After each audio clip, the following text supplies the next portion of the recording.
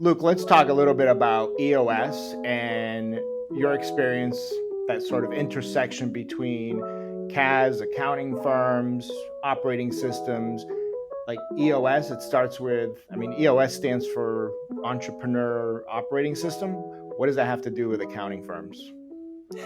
Are we really entrepreneurial? Yeah, it's a great question. So I first got exposed to EOS. I think I saw it in a presentation, and I was within I'd call it a local accounting firm. We had two offices, one in Omaha and one in Kansas City, and we were always trying to make these changes, usually after a deadline, usually tax related. And I was always frustrated by it because I kind of felt like the gains from these changes were very incremental. So I actually went to the managing partner. I'd read the book Traction. Traction, Get a Grip on Your Business, I think is the full title, something like that.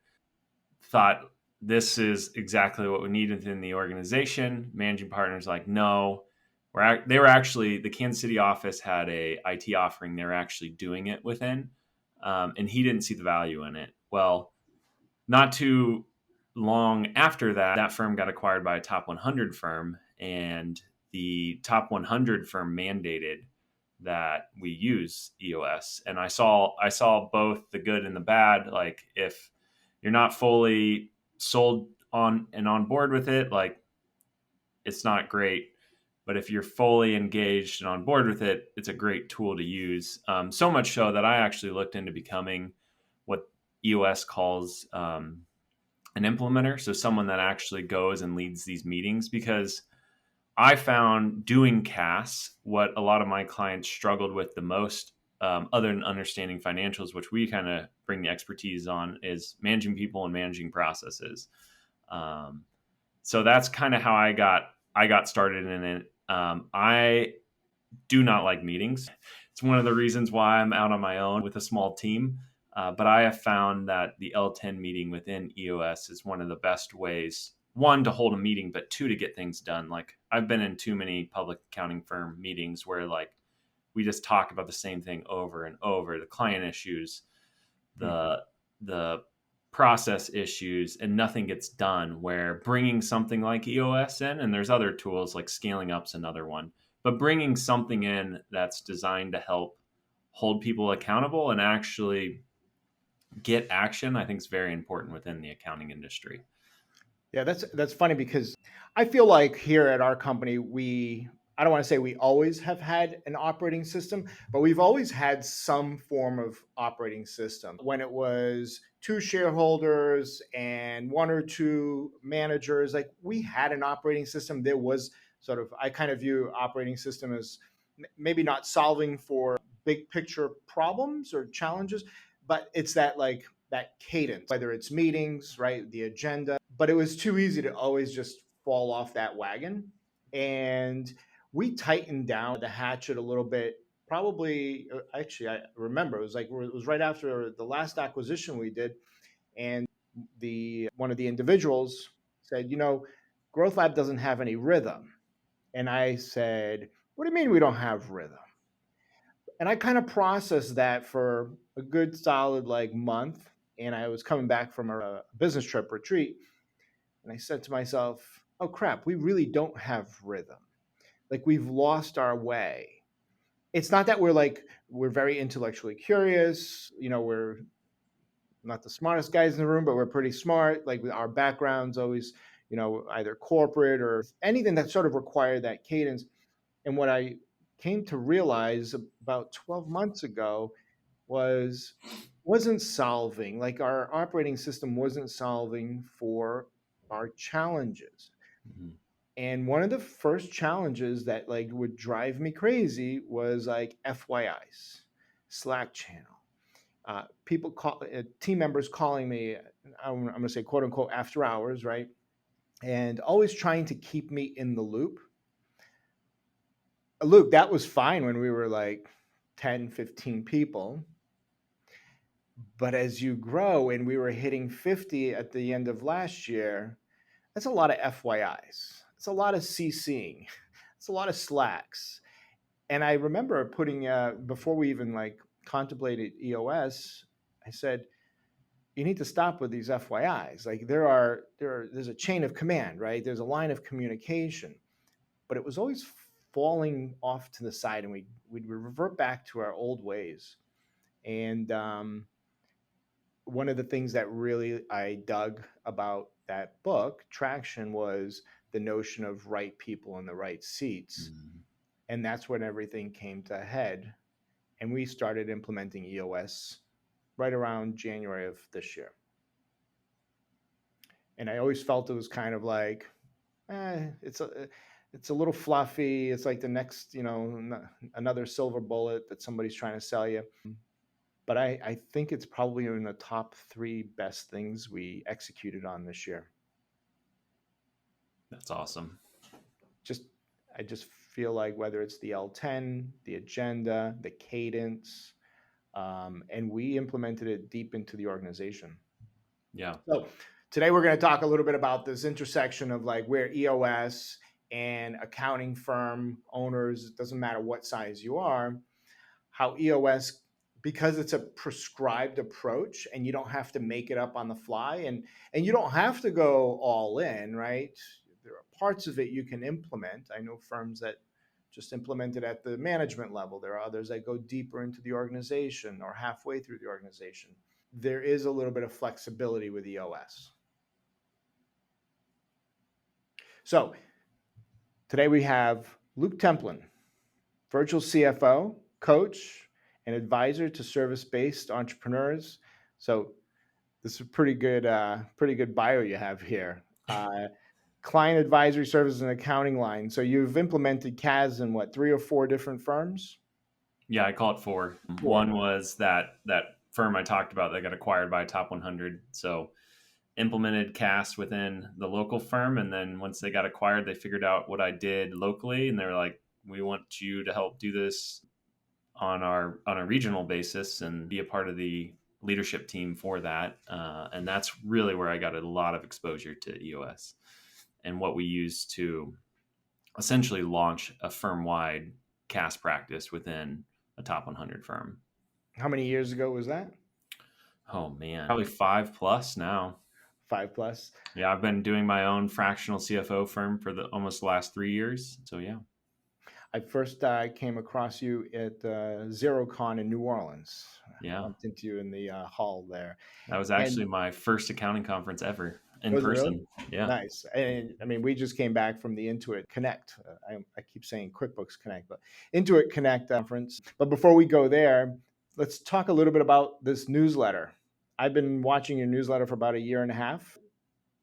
You're coaching other accounting firms. Talk to me a little bit about this sort of kind of different path from what a traditional firm owner.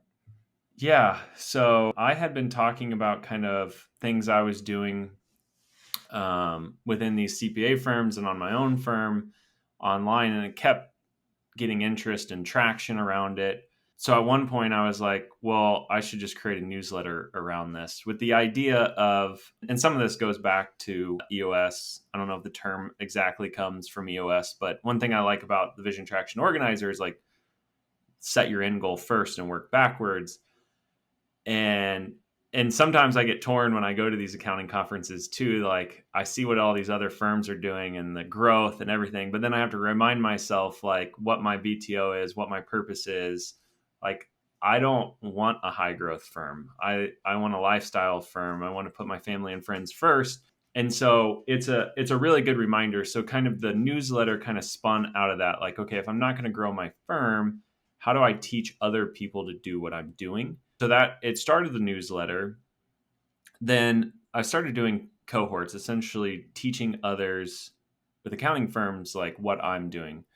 And it was purely by accident. So kind of my target entrepreneur size in the fractional CFO world is $1 million and above, because like from an investment standpoint, what they're trying to accomplish from a growth standpoint, like I found that to be kind of the best avatar. But I always would get smaller entrepreneurs reaching out, $250,000 on up to $1 million. I didn't really have a great solution for them. A gentleman out of New York by the name of, I might butcher his last name, Jacob Overlander, he was doing these in person, kind of bringing business owners together, kind of lecture style. And so I had spun up an idea to do kind of like a cohort online for these smaller entrepreneurs. I would get a few people interested here and there. I tried it twice, but every time accountants would reach out and be like, is this something we could do to learn what you're doing? And it wasn't. But finally, I got to the point like, okay, I'm not getting traction with the entrepreneurs. I'm getting traction with the accounting firm owners. So I Hmm. pivoted and started doing that. So I've led over 20 accounting firms through that process where I'm partnering with a couple other people here in December. We'll do a pilot program on kind of a more robust training, includes Nicole McKenzie and myself. So hopefully take that in 2025 kind of across the country so more people can start offering true advisory services to their clients. So when did you start the coaching piece? I started at the beginning of 2024. Right, and the last time you and I think we connected over the summer, and you're pretty not just stoked, but you were sort of surprised by the number of signees, right? Oh yeah, for sure. Yeah, the everything I've been doing around there has been amazing. I mean, some of what I did at Intuit Connect, it's hard for me to not call it QuickBooks Connect, was very similar to that training, and it amazes me. I do not like public speaking. I do it, one, to stretch myself, and two, to create more impact. And so when the Q&A and the after the presentation is what I love, Right. and just hearing what people's takeaways are and like how they're going to try and implement it. And so being able to do that to a larger audience online has been awesome. Nice. Congrats. And then, Yeah, of thank you. course, we're still on your bio 10 minutes into this. You're also the CEO of FinDaily.io. And I remember vaguely about 2 years ago, origins of that, but you want to bring folks up to speed on that? Yeah, so Fin Daily was originally created in Jason Statz's Realize community. So I was one of the original, I think you'd call me an alpha tester of it. I was already doing it manually for clients, essentially short term cash flow reporting, weekly cash flow reporting, whatever you want to call it. And I have found it to be very impactful for clients. And I've talked to other CFOs that have been like, it's better to do that than any kind of forecasting services. And so I approached Jason, said, "Hey, what are your plans with this?" And he's like, "I really don't know." So I bought it from Stats a little over 2 years ago now, and constantly developing it based on stuff I'm doing in my firm, and then feedback of other accountants. Some entrepreneurs are using it directly, but ultimately, what I have found in accounting firms is like when I would sell dashboard tools, the entrepreneur loves the concept of a dashboard, but after like 2 to 3 months, they stop logging into it. And so the idea with Fendaily is like let's deliver this financial information to where the entrepreneur is at. Unfortunately, they're still in their inbox. To roll out text messaging in the future, Nice. but let's not have them log into all these apps. Let's just get it to them where they're at. Let's keep it as simple as possible. I've found most entrepreneurs like manage their business unfortunately out of their bank account, but they forget that like in 15 days they got another payroll coming due and they have all these bills coming due. So that's kind of the origin story of FinDaily. Nice. So I want to kind of get into some of your learnings through your experience and how and what you're sharing with the accounting community. But the FinDaily solution really goes at I believe, one of the core challenges in the accounting industry. And that's this notion of like reactive versus proactive. Reactive communication, standing by that big red phone and waiting for your customer to call, whether you're a lawyer, a CPA, an accountant, versus how do you proactively provide that service on an ongoing basis. I cut my teeth in large companies. FP&A was very near and dear. And everybody was sort of on this calendar, right? And I'm not talking like the tax filing calendar, but there was this corporate accounting and finance calendar that created the cadence, whether it was earnings calls or month end closes, and everything worked back from there. But in the world of small businesses and what we've done, we do create that cadence, right? The way we do structure our FP&A services, just like a cloud accounting services, everything is sort of based on some sort of cadence, right? Deadlines, and we work back. But in the world of small business, it's hard to keep the business owner, the founder, the management team sometimes accountable to that predetermined cadence. And what happens even in our world where the team has been trained not to do the work when the customer asks for it, but to proactively prepare to do the work. But that works when the customer, the client, the teams are when they're on the same rhythm. Small business owners, just like we started this conversation about 15 minutes ago, the reason why we went to EOS is because we lacked that rhythm. It's not that we weren't smart enough to know that it's important, that heartbeat of the company. There are other competing priorities. And so, like business owners, yeah, they know they have that finance call on the third week of the month every Friday at 9 o'clock, but things happen and then they don't show up. Back to Fin Daily, one of the conversations we just had internally a couple of weeks ago with the FP&A team was, hey, it's inevitable. You're going to skip meetings. But how do we close that gap between the meeting that was skipped and the next meeting? Because chances are that next meeting could get canceled. And now you're 2-3 meetings in without having had a meeting. And the client's calling you saying, I'm not sure I see the value in this. Mm-hmm. Now you're back to like taking 3 steps back to, the dreaded billable hour, because that is something the customer can measure. So tools like FinDaily, we work with some of our platforms that are tech stack platforms that we're all friendly with, and be like, how do you fill that gap between meetings with a more proactive insight? And it could be system generated insight. Doesn't have to be like a human in the loop all the time. Mm-hmm. Yeah. So it sounds like that's what FinDaily is solving for. For sure. Yeah.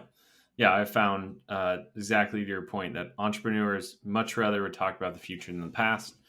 And most of what we're doing kind of on the bookkeeping tax side is we're very much historians, not fortune tellers.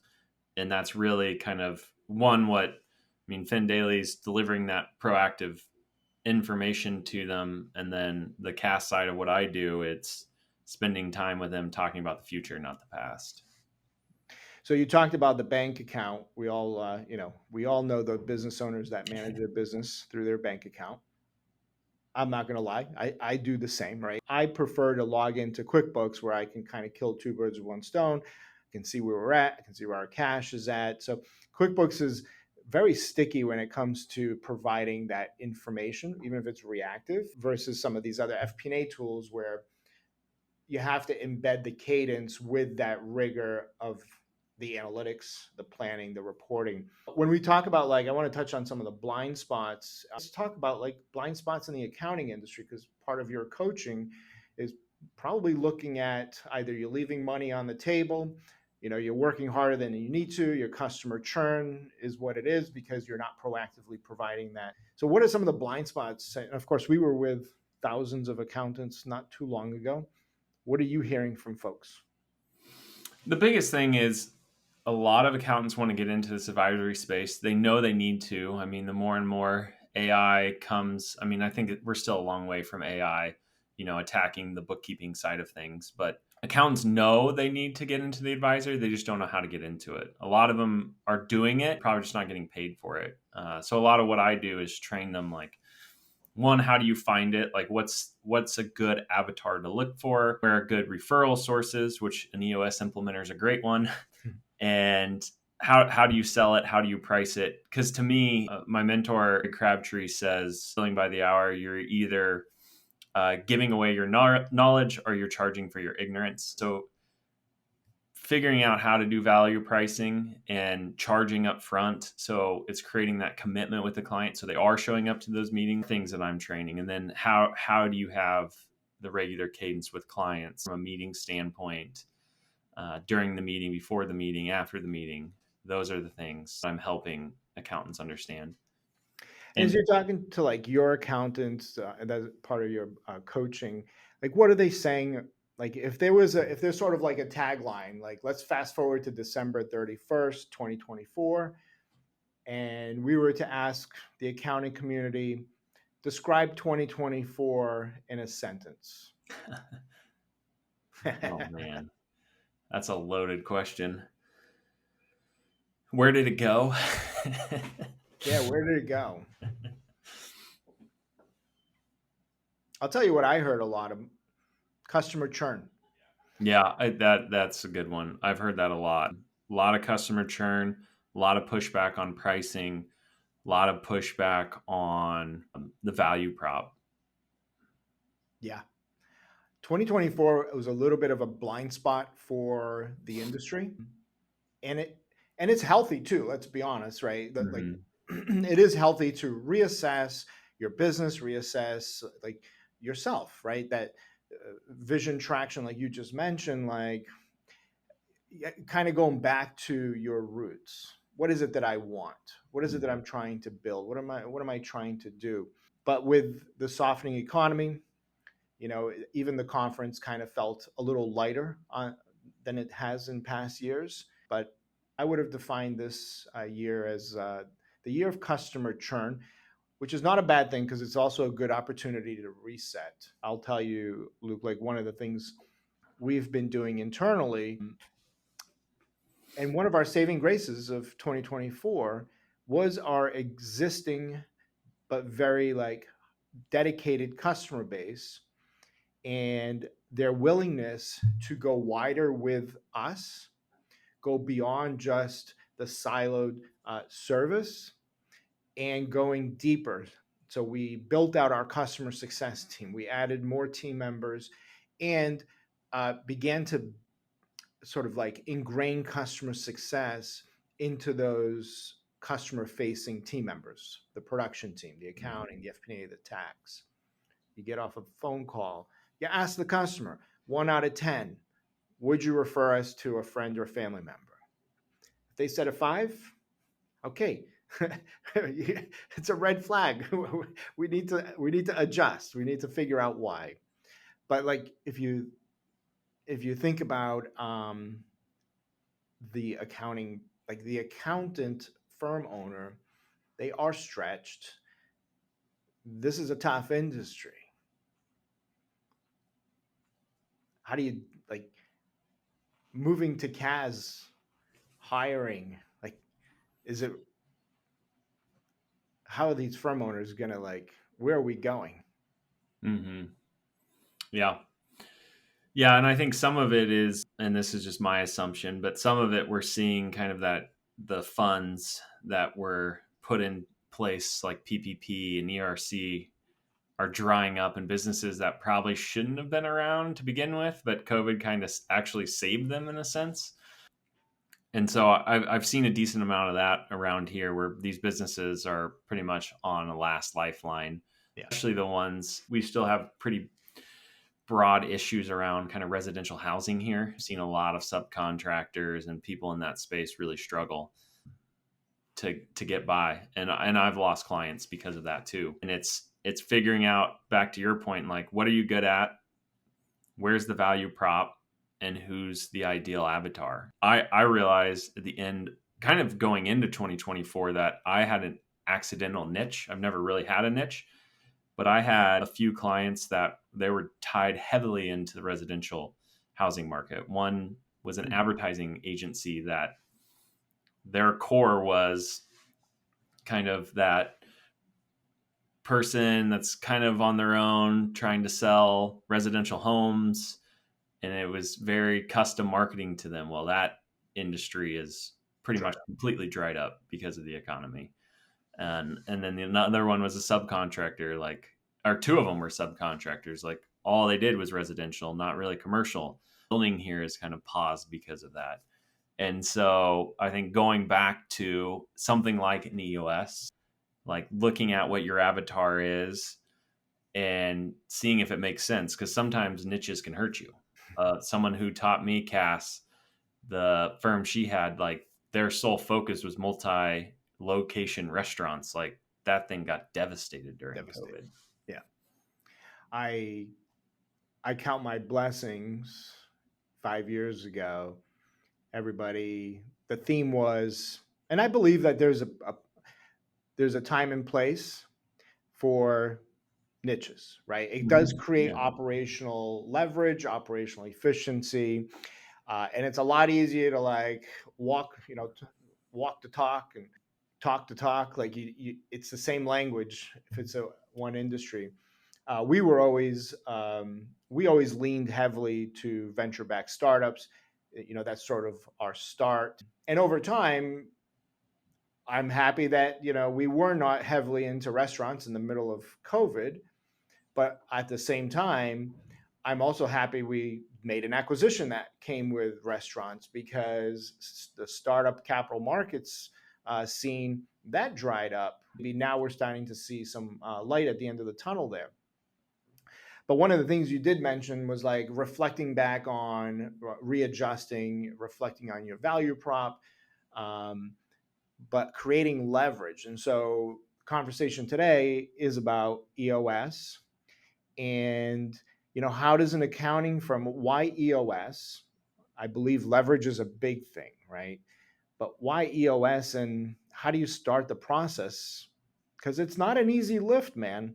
Like I'm fortunate, like we have somebody on the team who is truly like the integrator, the champion, because otherwise we would never have, we would not have been able to get out of our own way. Hmm.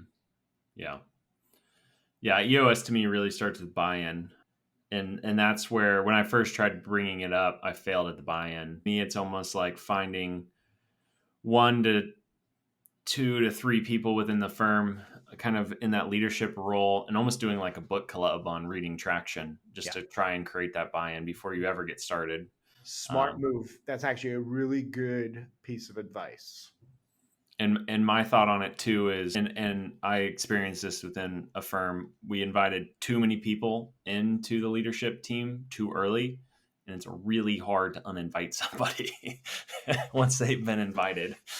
And so yeah, creating that buy-in, and then kind of to me and I don't know if you're doing self-implementation or you have an implementer, but at least having conversation with implementers is a next good kind of start, because I think all of them, I think they're trained to do this. They give you a 90-minute overview of kind of how they help free. So not only do you get to learn about it, kind of help create additional buy-in from someone on the outside, but also those implementers are really good referral sources, especially if you're doing CAS. Like I have a call after this with a business that came from an EOS. Well, they're not a true EOS implementer because it's a franchise now, and there's people that don't want to be part of the franchise. But where EOS is really good at strategy, long-term vision. Where it fails extent is like, yeah, our goal is to grow to $50 million in 10 years. Well, how do you get there from a financial standpoint? And that's where partnering with like an implementer as a referral source works out really well, because one, that company has high growth targets, which is great for CAS. But two, EOS doesn't really dig into the number aspect of it, and they need someone like ourselves to help dig into it. So that's another reason to interview multiple of these implementers, is they can be great center of influences for you. Yeah, it's one thing like a startup, for example. Startups like hockey stick, exponential growth. Mm-hmm. Oh yeah, I'm going to go to 100 million in 5 years. Great. How are we doing that? What does this look like stepwise? What are the liquidity needs, especially for a startup? Where are you going to raise, et cetera?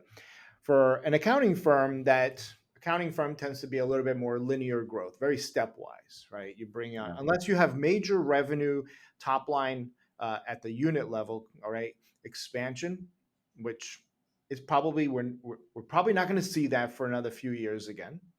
At least that's our thesis.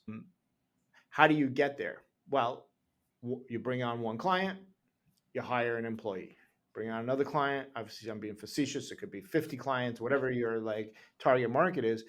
But even that alone, being able to model that out, because we're sort of like we're all the plumbers with a leaky pipe still at home because we don't have time for our own stuff.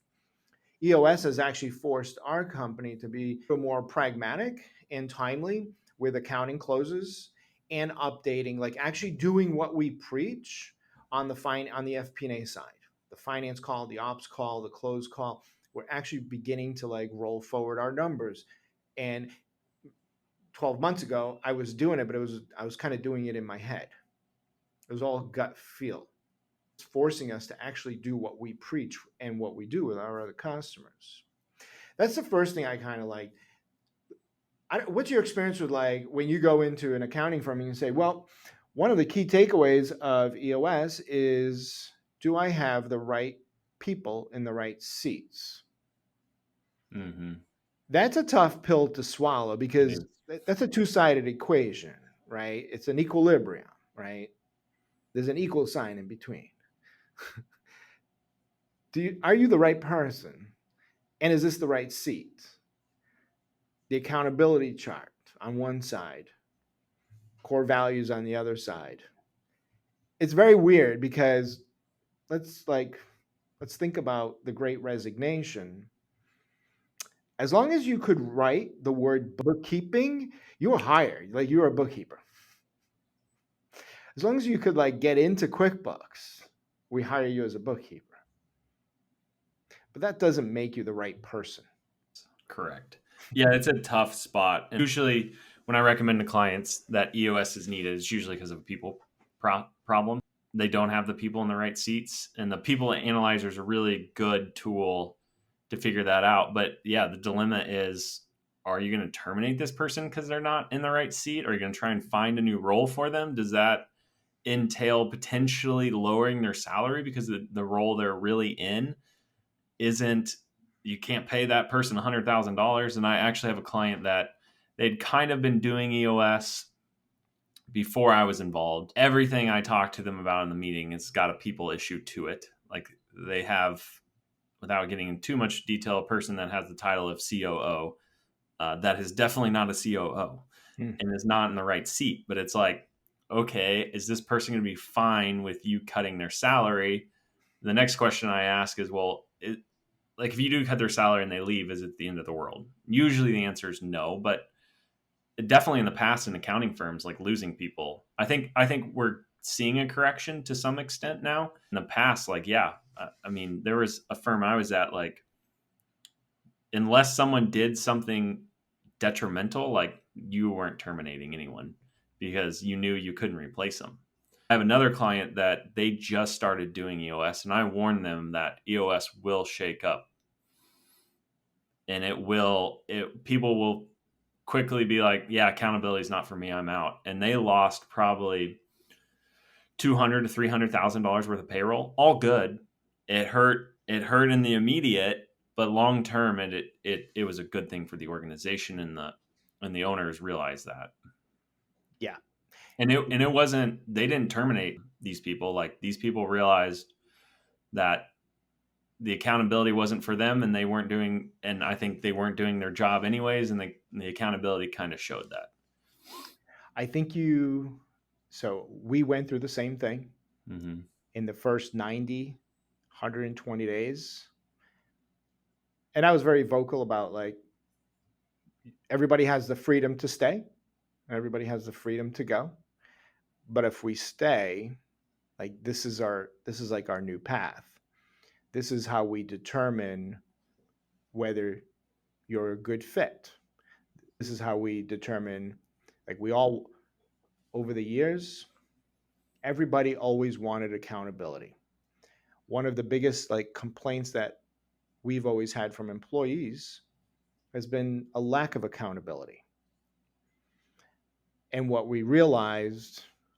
I'm realizing was we didn't have the right system in place to set accountability standards and to track accountability standards. And that people analyzer, especially the quarterly one-on-ones, that's actually been very enlightening because it can feel very threatening to the employee because they are real. I mean, it turns into a crucial conversation, but we haven't lost anybody because of that one-on-one. If anything, we've seen people not just like rebound, but actually like reshape their perspective. Even had an employee say, you know, I tried it. This position is not for me. I want to take that step back. And we welcomed that.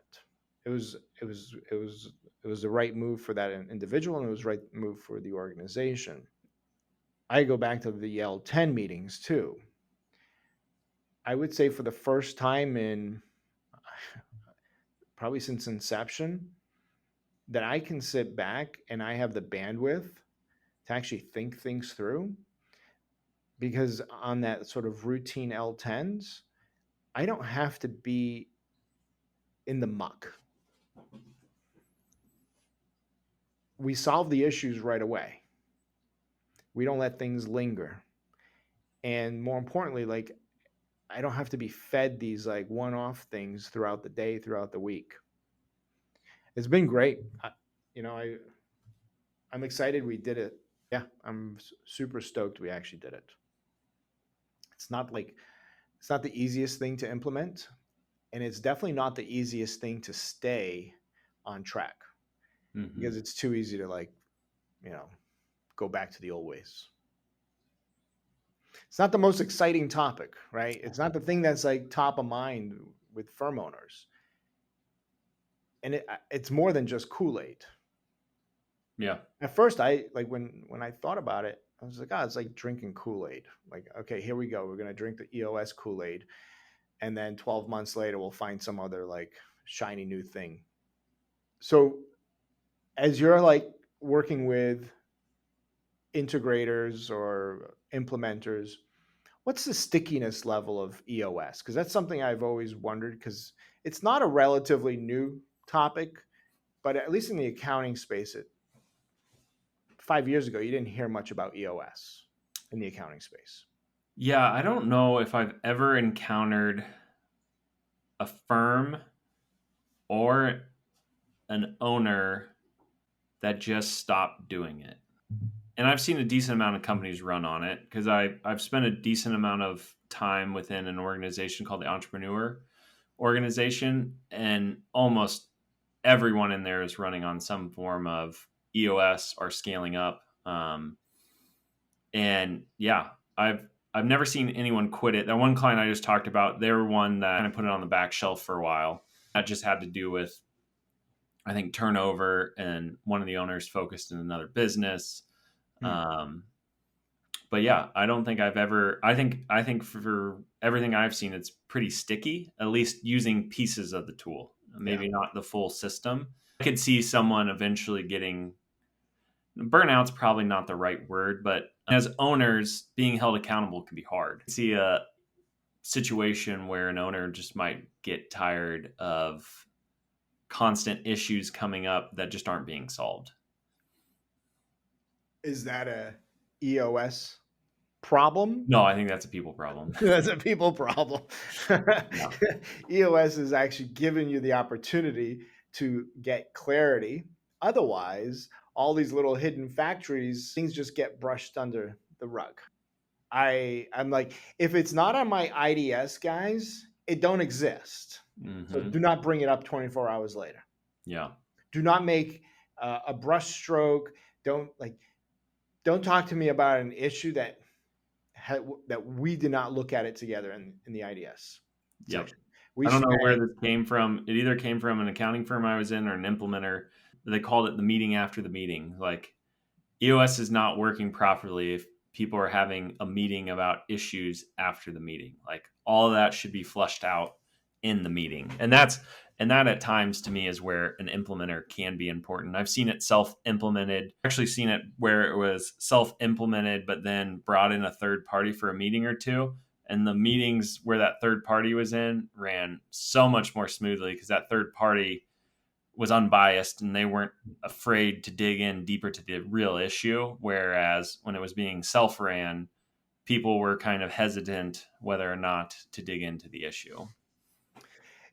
So let's talk about like the cost benefit, because as a company grows, you have more people. Mm-hmm. There's a decision of whether or not, how deep into the organization do you take EOS? What's your opinion on that? There is a spot where I think it can be too much. I think at one point in my career, let's see how many L10s I was in. I was probably in 4 to 5 different L10s. A week? Yeah. Yeah. So I was in... Oh, you love meetings. Yeah. I was in the office L10. I had an L10 for my cast team, like my local cast team. I was on the regional cast L10. I was in 4, and then we had a scheduling L10, which that was kind of like Yeah. someone from the tax team, someone from the audit team, myself coordinating on scheduling. So that one Tactical. wasn't a true L10, but yeah, can be. I mean, meeting overkill for sure. And so, yeah, it really depends on what's going on. That firm was, and the implementer really said it like that one was starting to get too big for EOS. Like there is like I don't remember what the book recommends, but they were beyond what EOS recommends from a size standpoint. Yeah. So we did it in those stages like you were recommending. You start with your management team, management committee. We then expanded to the leadership team, and then from there expanded one more layer down or two more layers down. And Mm-hmm. that gave us sort of 6 months to at least get our feet wet in a whole new rhythm, right? A whole new structure for the management committee, different structure for the leadership team, less fluid, right? Much more structured, which historically hasn't always been my style. I've always been a little more fluid with these meetings. So, the brainstorming, but the structuring of these meetings has given us the opportunity to actually have structured time for that more fluid, blue sky brainstorming opportunities. And I wasn't actually the biggest proponent of moving it past the leadership team Mm-hmm. because I do believe like there's you're going to hit the law of diminishing returns somewhere in this. I think because I was overridden and the team really wanted to go right down to the staff accountant. It actually gave us a little bit of time to step back and reflect, be like, okay, what does this now look like? Like you just mentioned, I was doing L10s with all of my direct reports. And that was a lot. It was good for a few months, but I was just like, oh my word, like that's all I'm doing here is I'm in L10s all day long. And then we started asking ourselves, well, when you have these like small teams, you have so in this case, we have the controller. So we have our director of accounting services, we have our controllers. Under our controllers, there are accounting managers, and then staff accountants. So you've got a couple of little layers, and they're sort of like pods. Mm-hmm. And we're asking ourselves, well, why does the controller have to have two L10s? Why does the director of accounting services have to have three L10s plus the L10s going upward?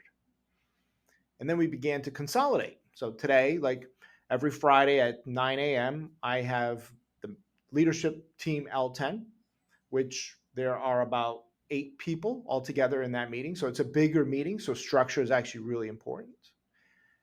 But I don't become the bottleneck between departments any longer, which is great because that was the other thing that came out of EOS version 1 with us.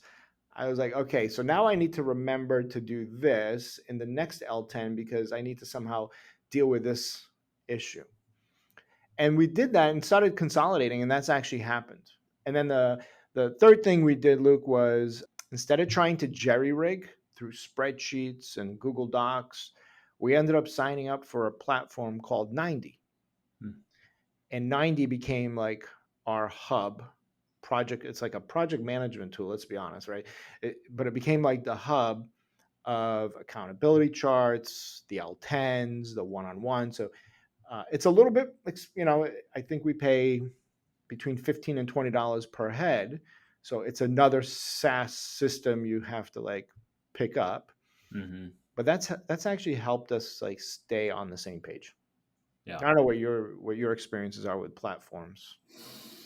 Yeah, so I've always done it in like teams, just spin up a team with it and do the tracking in there. Some clients use a tool. It used to be called Traction Tools. It's now called Bloomberg Growth, but it's actually based out of Nebraska. A lot of people use with EOS. What are accountants using? Do you know? The ones I've seen are just using Excel. Damn, Yeah. that would be a lot of work. I think if we didn't have the platform, we'd probably fall off the bandwagon pretty quick. Yeah. Yeah. The firms I worked with, we used Teams. So Teams allows you to have the different, like, here are the issues. I call it the parking garage, BS, and you kind of check them off and move them throughout the different stages. Like a Kanban style. Yeah, Kanban. That's what I was looking for. Nice. All right. So as we're closing up here, Luke, and close to the end of the year, Yeah. how are you feeling for 2025? Like, what is, not to talk predictions yet? We don't want to go there. We don't have a crystal ball, but like, if we're all smart, we can kind of foreshadow. Like, we just came back from Intuit Connect. I mean, it's amazing some of the tools and features that are rolling out.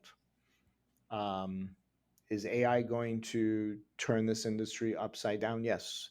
It's a question of, like, not if, but when. When. I've been preaching to the team, this is not a 5-year journey. Like, these are features that in the next 3 months, either we have to adapt, or we're going to be left behind. Mm-hmm. And we have to not just adapt operationally. So it's not just like the team has to figure out new skills, but it's also adapt from a marketing perspective. Like you mentioned, the avatar. Our avatar has changed, like done a 180 in 2024. And I think that's where we're headed in 2025. Continuing to go wider and deeper and bringing hospitality back to this industry. Yeah. Yeah. My sense on 2025 is, I don't think AI is coming quite yet for the kind of transactional work, but the stuff I see, it's coming closer. So keeping an eyeball on it through things like Chad Davis's Automation Town community is where I would spend time. And then, figuring out how do you create deeper relationships with your client. And it all starts with having customer conversations. Like 100 firm that I worked for was really good at doing voice of customers. And they would send someone out that had no relationship to the client to, one, see how the people on that account were performing, but two, like, what could be done differently, better, more of, to get a sense for that. And it's something I've done for clients too, is go and interview their clients, customers, whatever you want to call them, sense where the true value is. And usually the value lies in the relationship, not in the actual tangible report or whatever else you're providing. And so excited about 2025 because the hope is to do more and more coaching to help accountants kind of get out of this black and white historian mode into more the gray area, advising kind of clients on growth. I think the economy's got to do a turnaround. I think, starting to see stuff in the economy kind of turn around and more capital being out there, both on the banking side and the kind of venture capital side, and that's starting to pick up. Yeah. So, no, it's going to be a very different. It's going to be very different, especially if you have the utility, the runway, the liquidity to get through the volatility. The worst is probably behind us. Great. All right, man. On that note, appreciate the opportunity.